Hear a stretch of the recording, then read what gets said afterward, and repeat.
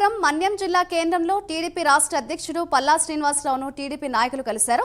MLA Bonela Vijayachandra ఆధ్వర్యంలో నాయకులు కార్యకర్తలతో మర్యాదపూర్వకంగా భేటీ అయ్యారు.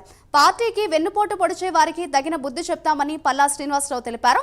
రాష్ట్రంలో పార్టీని మరింత బలోపేతం చేయాల్సిన అవసరం ఉందని ఆయన అన్నారు.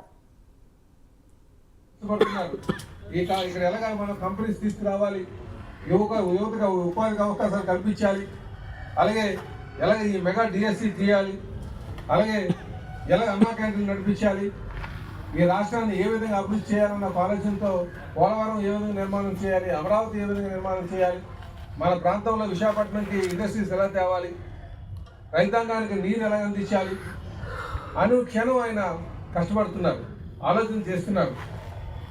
ఆ ఆలోచనలకి మనం తోడ్పడాలి. మనం అందుకే ప్రతి ఒక్క నాయకుడు కూడా ఆ ఇంటిగ్రిటీ ఉండాలి. నా అధినాయకుడు చేసినటువంటి ఆలోచనకి మనం అందరూ కూడా తన సహకారం అందించాలి. ఈ రాష్ట్రాన్ని మళ్ళీ పునర్నిర్మాణం చేసుకోవాలి.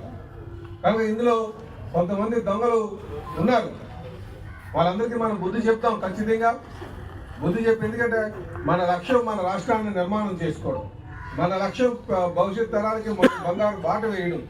కనుక అభివృద్ధిలో ఎవరైనా సరే మాట్లాడితే అభివృద్ధిలో పోటీ పడతాం అనే ఒక ఆలోచనతో ముందుకు వెళ్దాం.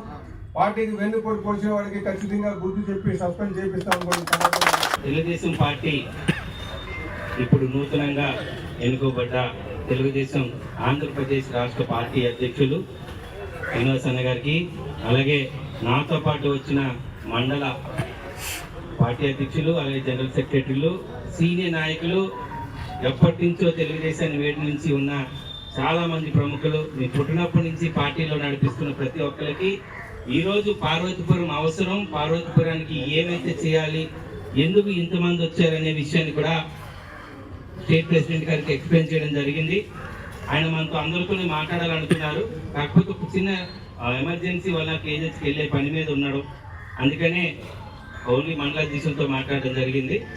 అయితే మనం ఏ విషయం అయితే వచ్చామో, ఒకటి ఆయనకి శుభాకాంక్షలు తెలపాలని వచ్చాము.